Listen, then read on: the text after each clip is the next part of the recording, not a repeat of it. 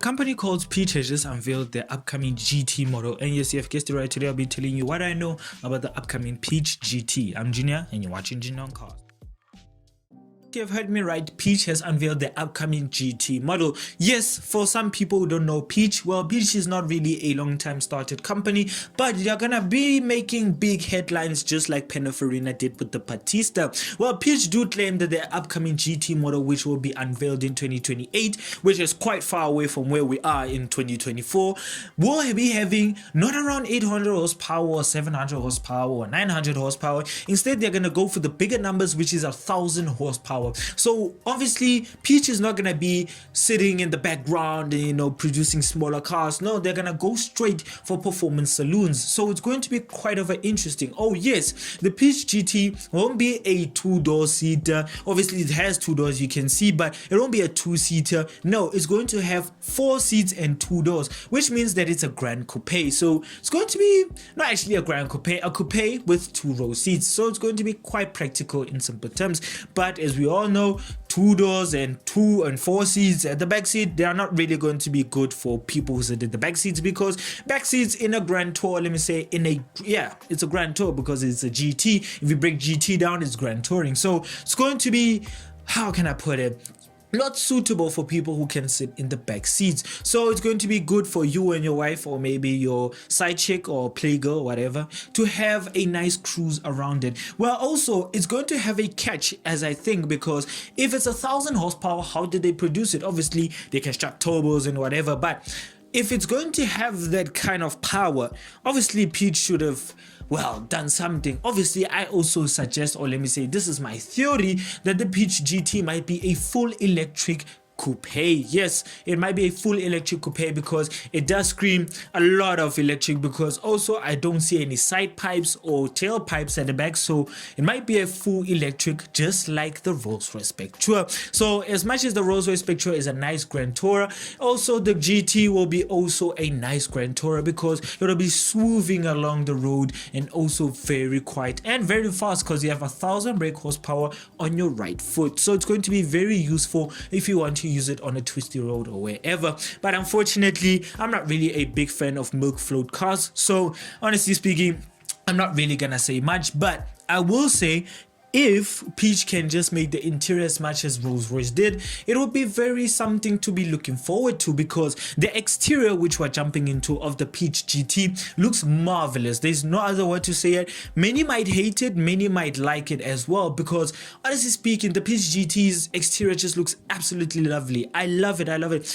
But unfortunately, it's a concept for now. It's not really a full production car, or let me say a demo car for people to see visually or physically as well. It's just now for Piech to just show us what is upcoming in the GT, or what the GT might look like.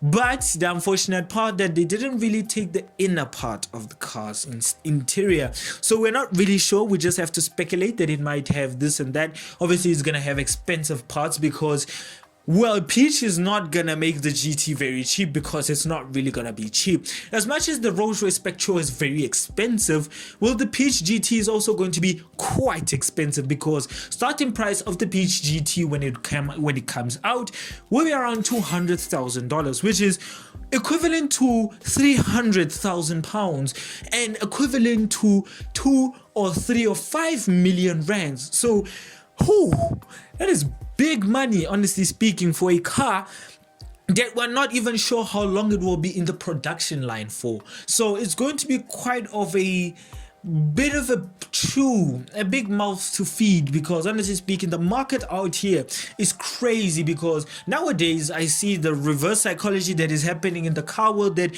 majority of car companies are not going to the electric world. Instead, they're just strapping hybrids to decrease emission regulations. So companies are becoming faster and also very smarter as well to keep the internal combustions running. So if the Piech GT is going to cost around $200,000, it's going to be very expensive, and 300,000 damn pounds. It's very expensive, including our rand as well, which is going to be around 6-7 million rands. It's blasting expensive. So it's going to be really crazy to see how Piech is going to strategize to sell this car, and we're not sure if it's also going to come to South Africa, because we do have the Rolls-Royce Spectra. Some people do own them, but if you're South African, you will know that our electricity, well, how can I say it, is not stable like our economy. So it's going to be quite of a fav if you're going to own something like that. So honestly speaking, the Piech GT, I love the exterior, looks very nice as well. So I can't say much about the interior because, well, Piech, like I said, didn't say much about the interior or showed us any. So it's not really going to be something that we can discuss now. We'll just have to wait for maybe next year, or maybe later in this year, or maybe in bloody 2028. And maybe by that time, I'll be able to review it. And if you want me to get that chance to go and review something like that, go and click on our main channel to go and subscribe, and also go and follow our TikTok page at Junior on Cars, as well as our Instagram page, which is at Junior on Cars. So overall, what can I say about the upcoming Piech GT? Well, the Piech GT's exterior looks absolutely lovely. I love it. It just looks like what the name is, Grand Tour GT. So it's going to be good for looks. I hope the performance as well, because it's 1,000 horsepower. I hope it's not really crazy to unhandle, because obviously electric cars are 4-wheel drive, so I think off the line it will be very, very good, I can assume.